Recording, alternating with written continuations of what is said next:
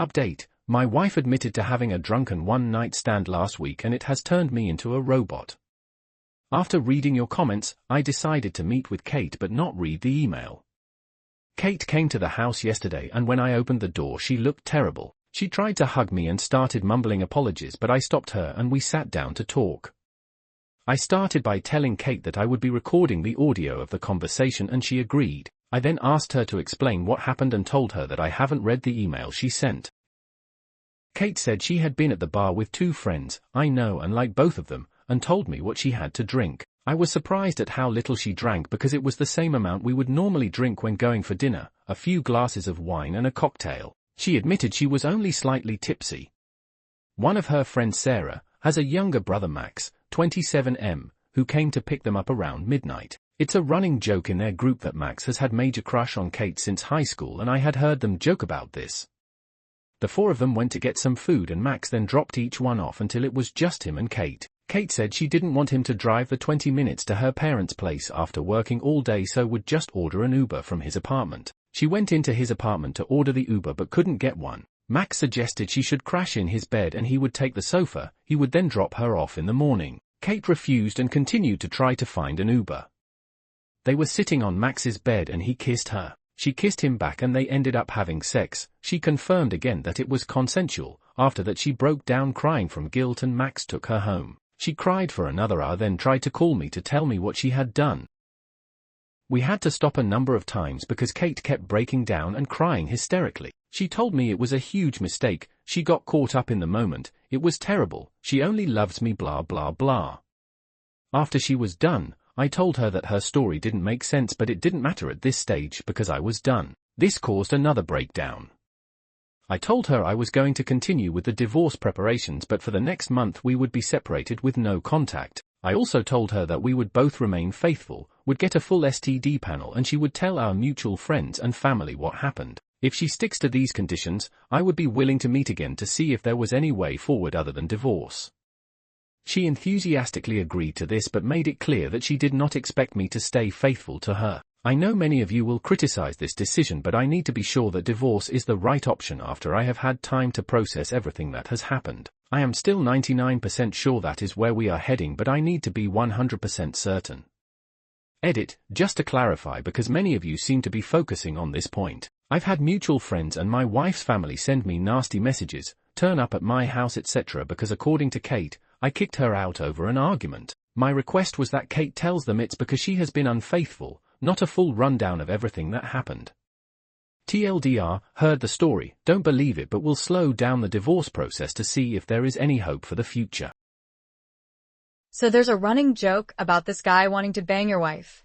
Then in the middle of the drive home it is determined that 20 minutes is too far because he worked all day. Then the solution to that ends up with them sitting on his bed. The logic leaps for this to be believable are miles wide. Almost 100% the sequence of events did not happen that way.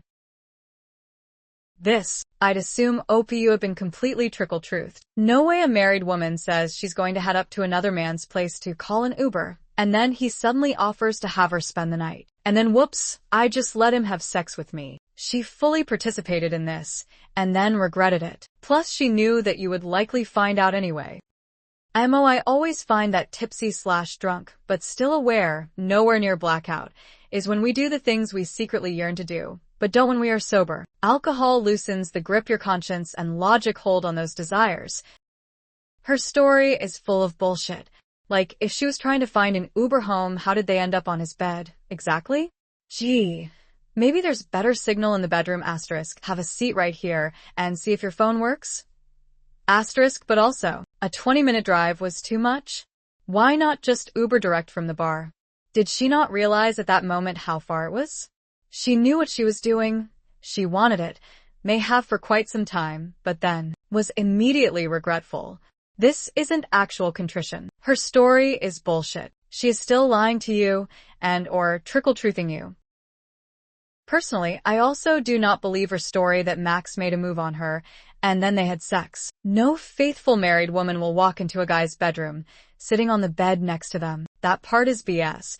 The fact that she still cannot be honest with you after the discussion is a massive warning to you. Dude, The trust is gone. You will never be able to have peace of mind when your wife goes out with her friends. It will drive you crazy.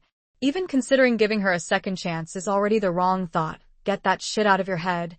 I know it is a bad idea, but Max might give you a more truthful story if you can control your emotions, which is almost impossible. Anyway, stick to your divorce route, and you did an amazing job taking control of the situation. Opie needs to picture this.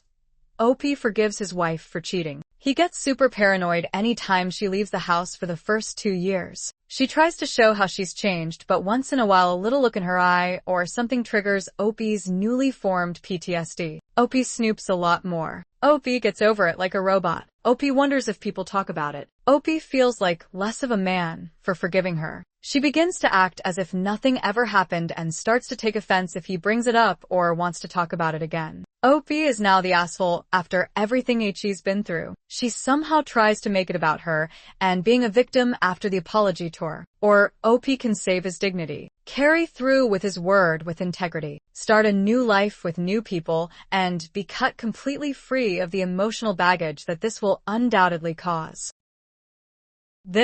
I could understand her calling an Uber from if his house was 20 minutes closer to her destination, why her parents and not her home, than the last or any other drop-off, but that could be booked from the car as they drove there. If the Uber was going to take time, I could see going into his house if it was pouring with rain. But knowing his longtime crush, all of that would be unwise at best. And still none of that would have got to sitting on his bed. Does he not have a kitchen stool, a dining chair, a sofa?